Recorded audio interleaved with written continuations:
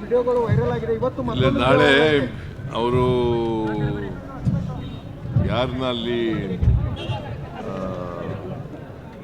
Easy ಹಾಕಿದ್ವಲ್ಲ, ಅವರು ರಜಾ ಹೋಗಿದ್ರು. ಅದಕ್ಕೆ ನಾಳೆ ಮೀಟಿಂಗ್ ಕರೆದಿದ್ದೀವಿ.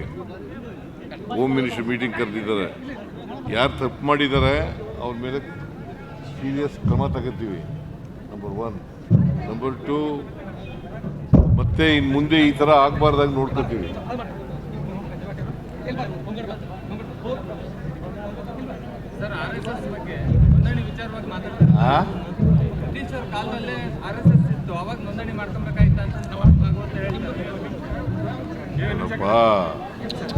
ನಾವು ಹೇಳಿರೋದು RSS ಅಂತ ಹೇಳಿಲ್ಲ.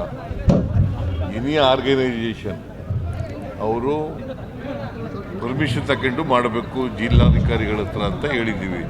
ಅದನ್ನು ಬಿಟ್ಟರೆ RSS ಅಂತ ಸ್ಪೆಸಿಫಿಕ್ ಆಗಿ ಹೇಳಿಲ್ಲ. ಅವರು ಭಾವಿಸ್ಕೊಂಡಿದ್ದಾರೆ RSS ಅಂತ. ಎನಿ ಆರ್ಗನೈಸೇಷನ್ ಅಂದ್ರೇನು?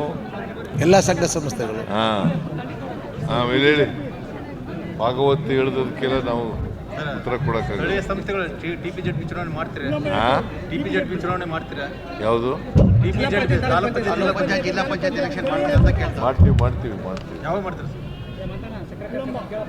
ಕೋರ್ಟ್ನಲ್ಲಿ ಇದೆ, ಯಾವಾಗ ಹೇಳ್ತಾರೆ ಆಗ ಮಾಡ್ತೀವಿ. ಸಕ್ಕರೆ ಕಾರ್ಖಾನೆ ಮಾಲೀಕರು ನೀವು ಹೇಳಿದಂತೆ 50 ರೂಪಾಯಿ ಕೂಡ ವಿರೋಧ ಮಾಡ್ತಾ ಇದ್ದಾರೆ. ಸಕ್ಕರೆ ಕಾರ್ಖಾನೆ ಮಾಲೀಕರು ಅವ್ರ ಎದುರುಗಡೆನೆ ತೀರ್ಮಾನ ಮಾಡಿರೋದು. ಎಲ್ಲರೂ ಕೊಡ್ತಾರೆ, ಯಾರು ಕೊಡೋದಿಲ್ಲ ಅವರು ಕೂಡ ಕೊಡ್ತಾರೆ ಅಂತ ಅನ್ಕೊಂಡಿದ್ದೀನಿ ನಾನು. ಯತ್ನಾಳ್ ಅವರು ವಿರೋಧ ಮಾಡ್ತಾ ಇದ್ರು. ಯತ್ನಾಳ್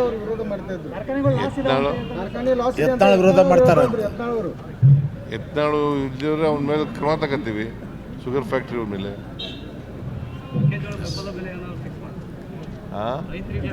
ಬೆಂಬಲ ಬೆಲೆ ನಿಗದಿ ಮಾಡೋರು ಯಾರು? ಕೇಂದ್ರ ಸರ್ಕಾರ ಅಲ್ವಾ? ಮತ್ತೆ ನಮ್ಮನ್ನು ಕೇಳಿದ್ರೆ ಅದಕ್ಕೆ ಪರಿಹಾರ ಕೊಡ್ತೀವಿ. ಈಗ ಎಲ್ಲಿ ಹಾನಿಯಾಗಿದೆ, ಸುಮಾರು 11 ಲಕ್ಷ ಹೆಕ್ಟೇರ್ ಪ್ರದೇಶದಲ್ಲಿ ಹಾನಿಯಾಗಿದೆ. ಅವ್ರಿಗೆಲ್ಲ ಪರಿಹಾರ ಕೊಡ್ತೀವಲ್ಲ.